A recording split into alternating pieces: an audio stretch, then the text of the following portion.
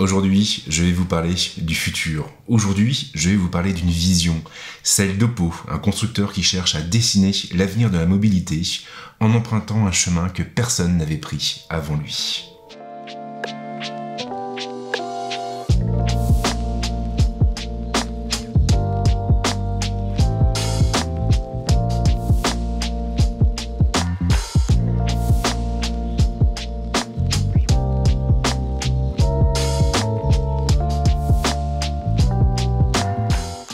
À une époque pas si lointaine, les téléphones revêtaient de nombreuses formes différentes. Il y avait ceux qui cherchaient à imiter les talkie-walkie, d'autres qui proposaient des claviers ou des pads coulissants, d'autres encore qui pouvaient se replier ou se déplier sur eux-mêmes. Et puis, Apple et Samsung sont arrivés sur le marché en misant tout sur le tactile. Un choix qui paraissait complètement fou à l'époque, mais qui a porté ses fruits. Désormais, tous nos smartphones adoptent le même look, le même format. Ce qui était hors du commun est donc devenu banal. Et aujourd'hui, le marché semble vouloir prendre une nouvelle direction, un nouvel élan, celui des smartphones transformistes, ou plutôt transformables. Royol, Samsung et Huawei ont préféré miser sur des smartphones pliants, une sorte de version super saiyan des téléphones à clapet de notre enfance. Motorola en a fait également de même, et Apple devrait lui aussi adopter ce format, du moins si l'on s'en fie aux dernières rumeurs en date. Oppo, lui, a préféré nager à contre-courant en développant un smartphone qui n'a finalement aucun concurrent. Un téléphone équipé d'un écran enroulable. Aujourd'hui, on va donc parler du Oppo X 2021, un smartphone hors du commun que j'ai pu prendre en main à Paris cette semaine.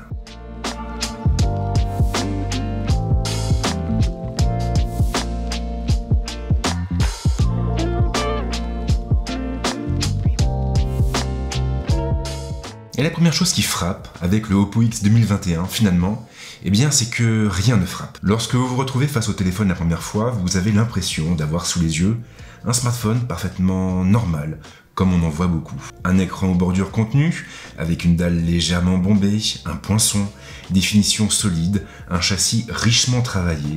Il n'y a aucune différence visible avec les autres appareils haut de gamme du marché. Et c'est un atout. C'est un atout car c'est aussi la faiblesse d'un Samsung Galaxy Z Fold 2 ou même d'un Huawei Mate X. Des appareils très premium, c'est un fait, mais qui souffrent d'un handicap flagrant, celui de l'embonpoint. Replier un téléphone sur lui-même prend effectivement de la place, et ce même avec la meilleure volonté du monde. Ce n'est donc pas le cas du Oppo X 2021. L'appareil conserve des dimensions proches de celles de tous les autres smartphones du marché. Il n'aura donc aucun mal à se faire oublier une fois en poche. Oui, mais il suffira également d'appuyer 2 fois sur le bouton de mise sous tension pour réaliser qu'on se trouve en présence d'un téléphone unique en son genre. Car là, à ce moment précis, le Oppo X 2021 va se transformer. Il faut le vivre pour se rendre compte de la prouesse, mais le téléphone va tout doucement s'étirer en largeur, vous permettant ainsi de passer d'un smartphone à une petite tablette, et plus précisément d'une diagonale de 6,7 pouces à une diagonale de 7,4 pouces. Il n'y a donc rien à déplier, rien à manipuler, ce n'est pas vous qui devez vous adapter au format, mais le format qui s'adapte à vous. Et le plus beau, c'est que cette transformation soudaine n'a aucune incidence sur l'écran. Aucun creux ne vient troubler la fête, et c'est comme si l'écran lui-même s'était étiré avec le châssis du téléphone. Toutefois, dans les faits, ce n'est évidemment pas le cas. Ce qui rend le Oppo X 2021 unique, c'est justement la forme que prend son écran. Un écran qui est capable de s'enrouler sur lui-même. Alors bien sûr, l'écran en question n'est pas fait de verre, mais de plastique. Oppo a cependant été fin et une plaque en métal a été placée sous la dalle afin de la rendre plus résistante. Les sensations donc se rapprochent finalement de l'écran d'un smartphone conventionnel. Techniquement, c'est en fait la partie gauche de la dalle qui va s'enrouler sur elle-même lorsque le smartphone se rétractera. Pour éviter les pliures, Oppo a fait appel à un système de chaînons en métal qui viendront épouser la courbure de la dalle. Le mécanisme en lui-même est soutenu par 2 moteurs, le premier placé en haut, le second situé en bas. L'activation peut se faire de 2 manières différentes, soit en appuyant 2 fois sur le bouton de mise sous tension, soit en faisant glisser son doigt sur la tranche droite.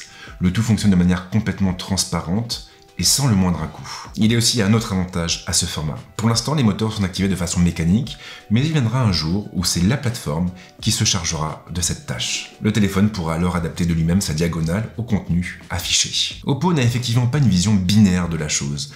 L'idée, ce n'est pas seulement de déplier ou de replier un écran, mais plutôt de faire en sorte que l'écran puisse se déplier jusqu'à un certain point. Plus besoin donc de renier l'image pour pouvoir l'adapter à sa diagonale, c'est la diagonale qui va s'adapter à l'image. Ça, pour moi, cela change tout. Cela change tout car cela permet énormément d'usages différents. Cette faculté d'adaptation occupe donc une place importante dans la stratégie d'Oppo, et le modèle qui m'a été présenté fait déjà un premier pas dans cette direction. Le Oppo X 2021 ne se contente effectivement pas d'agrandir ce qui est affiché à l'écran, il est capable de l'adapter, du moins en partie. L'exemple le plus frappant, à mon sens, c'est celui des vidéos. Lorsque vous passez d'un état à l'autre, le lecteur YouTube s'adapte automatiquement afin de vous permettre de tirer pleinement parti du contenu en cours de lecture. La transition se fait en douceur avec une très belle animation. Autre exemple, les réglages. En mode contracté, le Oppo X 2021 les affiche comme le ferait un Fan X2 Pro par exemple. Les menus s'affichent donc à la suite les uns des autres et une tabe suffit pour rentrer dedans. Mais lorsqu'on déplie le smartphone, tout change. ColorOS comprend immédiatement le changement d'état et il fait apparaître un menu accordéon facilitant le passage d'une catégorie à l'autre. Et ce ne sont que deux exemples parmi tant d'autres. L'avantage de ce format, c'est qu'il permet plein d'usages différents, notamment pour tout ce qui a trait au multitâche. Alors c'est vrai, pour l'instant nous ne sommes encore qu'aux prémices, mais imaginez ce que pourrait donner un tel concept dans 6 mois ou même dans 2 ans.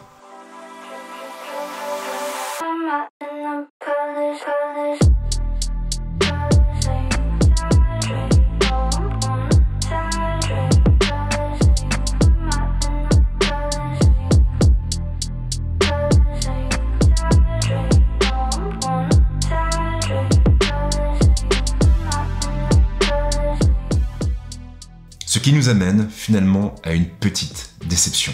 L'Oppo X 2021 à l'heure actuelle n'a pas pour vocation à être commercialisé et il tient finalement davantage du concept phone. Un concept phone qui a été produit à très petite échelle. Et pour vous donner un ordre d'idée, à l'heure actuelle, il n'y a qu'un seul modèle présent en France. Mais au final, ce n'est pas si grave. Ce n'est pas si grave car pour moi, l'idée n'est pas ici uniquement de tester une technologie.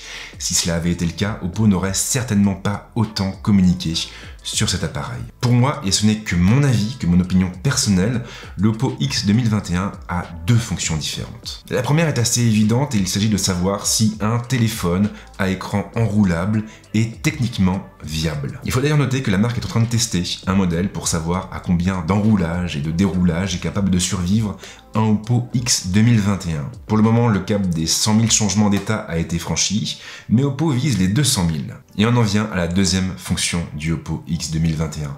Pour moi, cet appareil sert aussi à déterminer si le consommateur lambda est prêt à franchir le pas et à se tourner vers ce type d'appareil. Et donc finalement, si l'idée d'un smartphone à écran enroulable peut être commercialement viable. Et là, je vais être franc avec vous, j'ai vraiment envie d'y croire.